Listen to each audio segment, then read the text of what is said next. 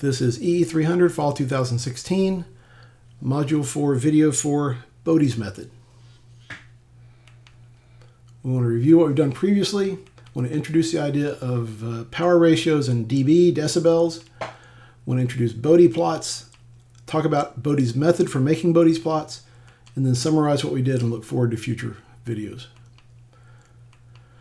So previously we've seen that for sinusoidal inputs that the behavior of a circuit with a network function h of s, transfer function h of s, can be characterized in terms of the frequency response h of j omega, or that's h of s evaluated at s equals j omega.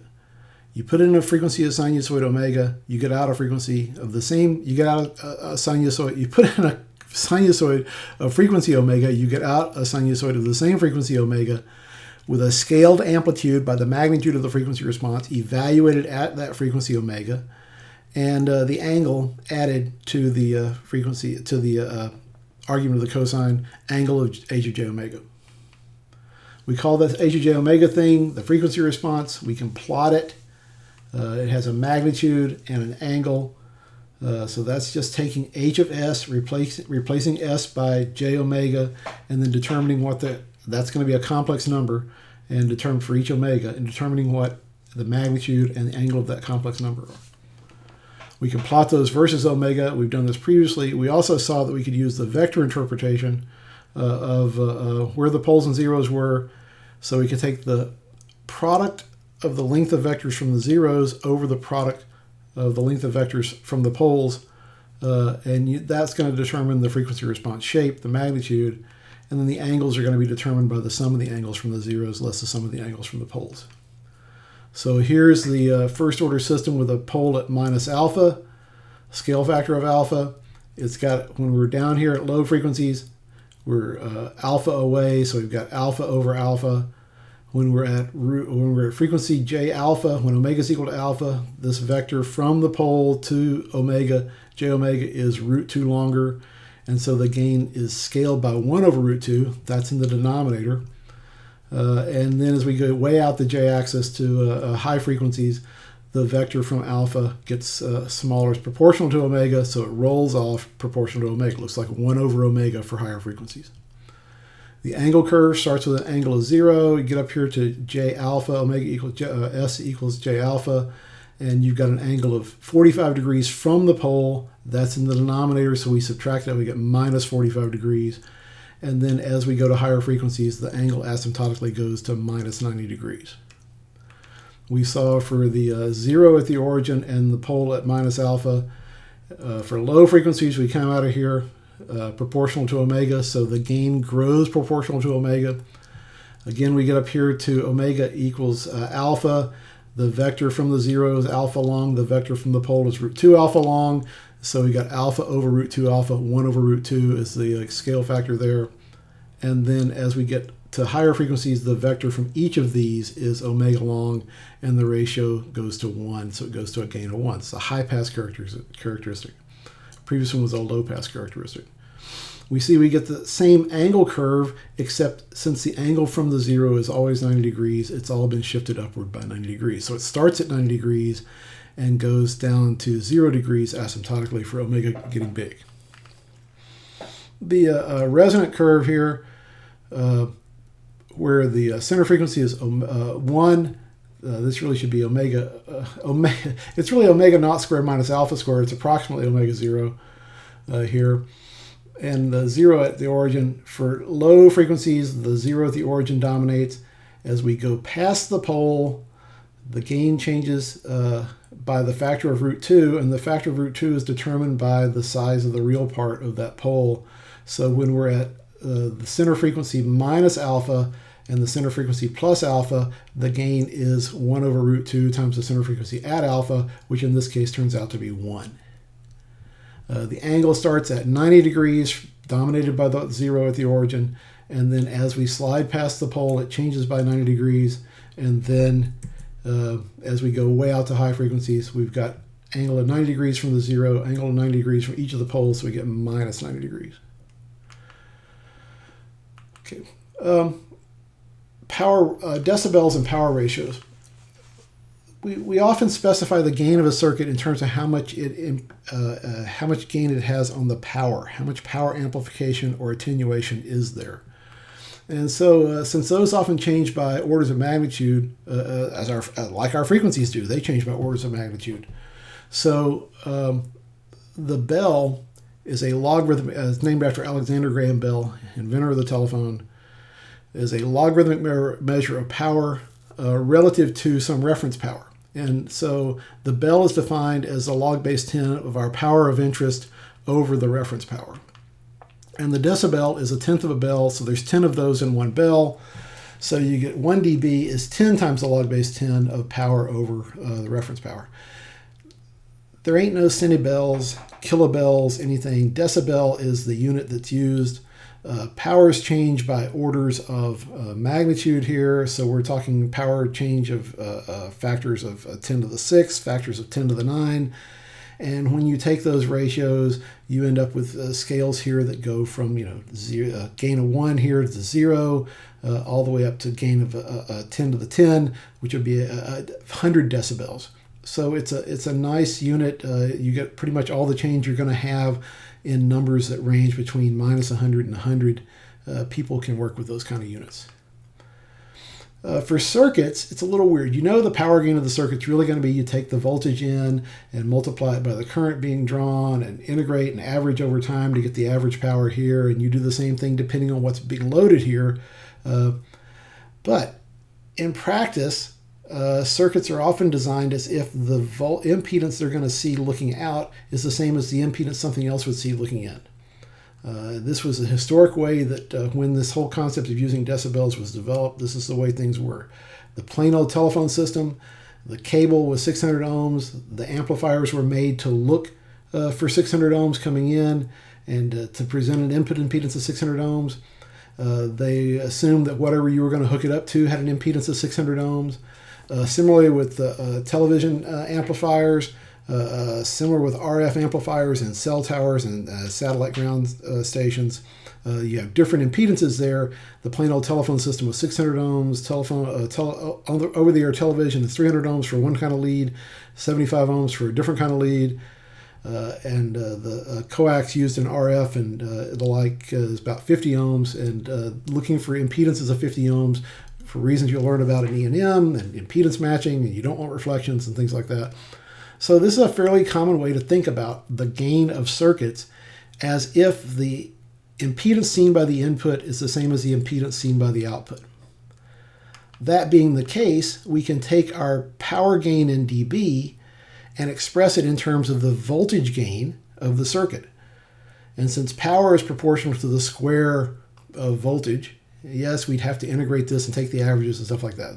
The details aren't right here, but the concept is that you take the voltage squared and divide it by the impedance. That's the power at the output, the power at the input. You take the ratio of those. The square term factors out, comes out because of the logarithm. So you get 20 times the log base 10 of the voltage ratio, but the voltage ratio at any particular frequency, the magnitude of that at least, is the frequency response magnitude. So the power gain of a circuit specified in dB is 20 times the log base 10 of the frequency response magnitude. And this is the way we often state the performance of a circuit and its frequency response using the 20 times the log base 10 of the magnitude, not just plotting the magnitude. So some pertinent numbers here. Power gain of 1 is a voltage gain of 1 is 0 dB. If the voltage increases by a factor of root 2, that's a power gain of 2. The log base 10 of 2 is 3, and 10 times the log base 10 of 2 is 3. Log base 10 of 2 is 0.301, and 10 times that's going to be 3. So you can see the various factors of voltage and power here and how they turn into gains in dB.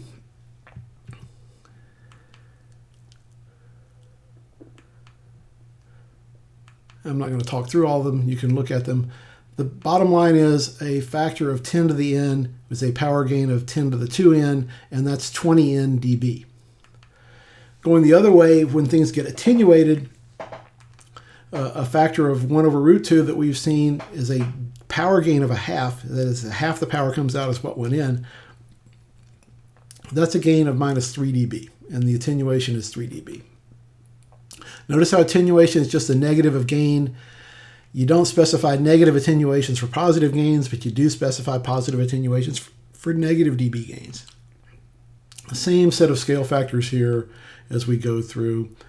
Notice how, say, 1/5, which is twice of 1/10, so you're going to have 6 dB more than you would be at the minus 20 dB. So there's where you get your minus 14 dB. And corresponding 10 to the minus n voltage gain, 10 to the minus 2n power gain, minus 20 n dB gain, 20 n dB attenuation. So there's a basic factor. If you double the voltage, you get a 6 dB gain in power, and if you increase the voltage by a factor of 10, you get a 20 dB gain. Similarly for the square roots there, so the voltage gain of root 10 is 10 dB, a voltage gain of root 2 is 3 dB. A 1 dB increment is a change of 1.122. Basically, any increment in dB, you divide by 20 and take that ratio to the power 10 to that ratio, and you get the voltage gain. So Bode said, well, let's plot the frequency response magnitude and angle plot the gain as decibels, and let's plot them versus a logarithmic frequency scale. So you can see here that now here's 0.1, here's 0.01. For low frequencies, the gain is a constant 1, which is 0 dB. For high frequencies, the gain rolls off like 1 over omega, and so 20 times the log base 10 of omega looks like a line with a slope of minus 20 dB per decade, per factor of 10 increase in frequency.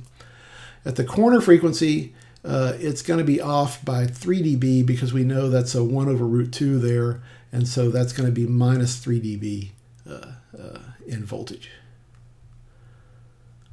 That's going to be, again, if it's down, then the power is going to be down by a half, so it's a minus 6 dB in power, minus 3 dB in voltage.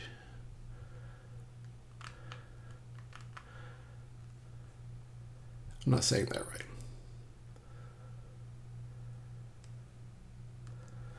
The angle at that point is going to be minus 45 degrees. We know that the corner frequency, again, this is really the power gain of the circuit. So if it's down by 1 over root 2 in voltage, it's down by a half in frequency. And we saw that half, it's going to be down minus 3 dB because the log base 10 of 2 is 0.301, and 10 times that is 3. The angle here is minus 45 degrees. It's a fairly good approximation between over 1 decade below to 1 decade above the corner frequency, 0 degrees below that, minus 9 degrees above that. We'll have some more details here in a minute. For the high pass characteristic, again, here it is versus frequency on a linear scale. We now plot this on a logarithmic scale. We see we get a straight line characteristic growing at 20 dB per decade. It's 0 dB above the corner frequency, and at the corner frequency, it's got a change of 3 dB there.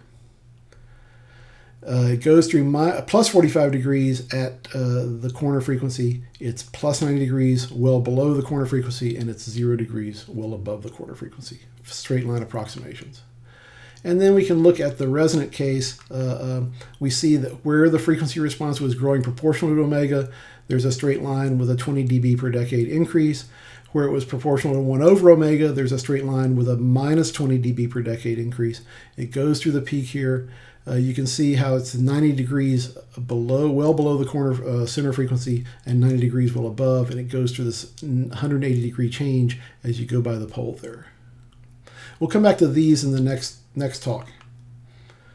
So we saw the magnitude curves can be approximated by straight lines. The slope is 20 dB per decade when it's growing, and that can be characterized also as a factor of 2 change in frequency, which is 6 dB per octave.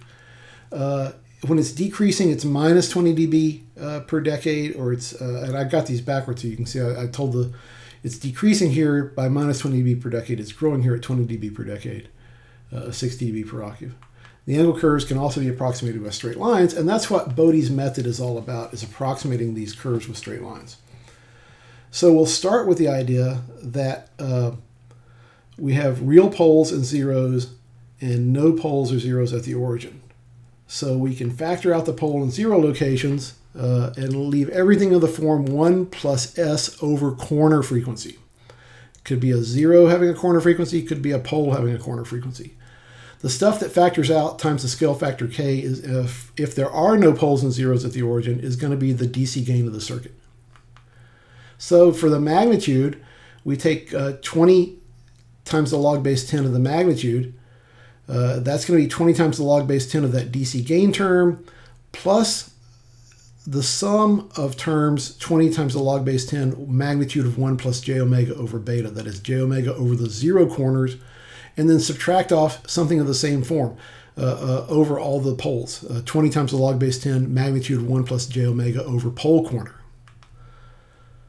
So the h of j omega term is just a constant independent of frequency, but each of these other terms is the form 20 times the log base 10 of 1 plus j omega over corner frequency. So let's see what that looks like. So here's a set of axes where the horizontal axis is marked off for frequency. This is scaled, normalized by the corner frequency, so this would actually be omega c, 10 omega c, 100 omega c, etc. 0.1 omega c, 0.01 omega c. And this is marked off in decibels here. So it's 20 dB, 40 dB, 60 dB shown here. When the frequency is much less than the corner frequency, 20 log base 10 magnitude 1 plus j omega over corner frequency is approximately 0, and that's shown here by the red line. And when the frequency is very much greater than the corner frequency, then the j omega over omega c term dominates, and 20 log base 10 magnitude is approximately 20 log base 10 omega over omega c. That's a straight line growing with a slope of 20 dB per decade. At the corner frequency, you have 1 plus j, omega is equal to 1 there, or omega over omega c is equal to 1. So you have 20 times the log base 10 of 1 plus j, and the magnitude of 1 plus j is root 2. And so you've got, that's root 2 is going to be 3, and you've got 20 times 0.301 for minus, for plus 2 there, root 2, and then that's going to be 6 dB here. So relative to 20 dB, it's 6 there. The smooth curve is going to go through there like that.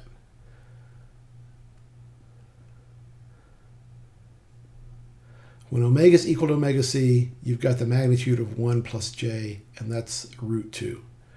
And so you have 10 times the log base 10 of 2, and I'm saying that's 6 here, and that's what I've got it drawn for, and that's what the curve's going through, and we'll review that in class.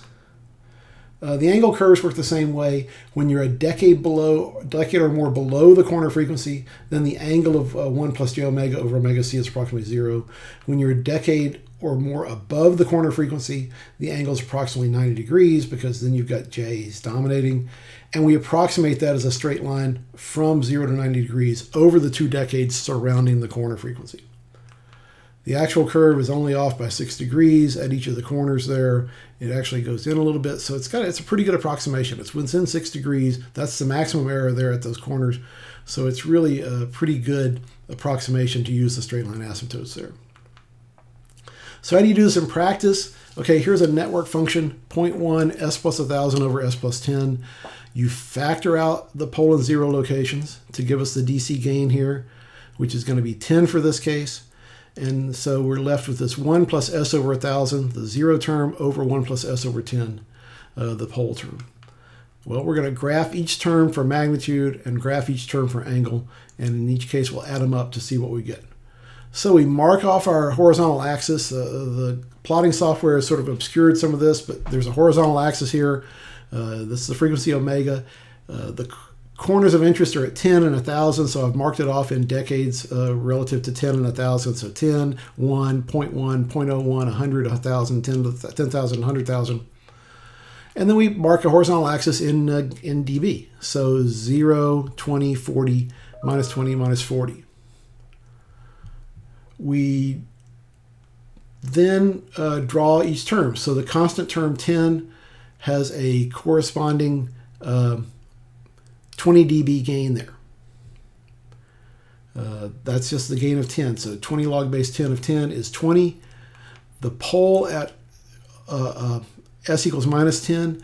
So there's a straight line. Again, it's obscured by the graphing here. The straight line out, it's got 0 dB gain until it gets to the corner frequency of 10, and then it rolls off minus 20 dB per decade. It's that same shape. It's just a negative of that because it's a pole. The 0 then has the same shape we saw before, except its corner frequency is at 1,000. So it doesn't. It goes out here to 10, 100, 1,000, and then it starts to ramp up at 20 dB per decade.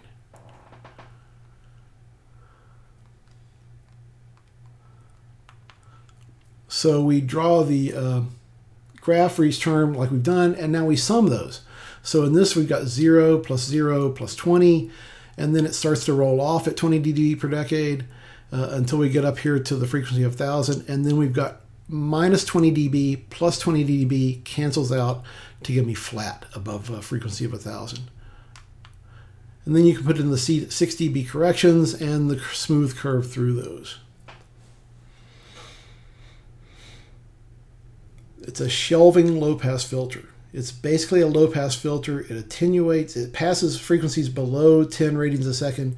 It attenuates those over until it gets up to a frequency of 1,000, and then its attenuation just stops, and then it just passes those with a lower amplitude. So higher frequencies are attenuated by a factor of 10. Lower frequencies are accentuated and amplified by a factor of 10. So it's got amplification in the low frequencies, attenuation in the high frequencies, but it doesn't keep rolling off forever like it would if it purely were a low-pass filter like this.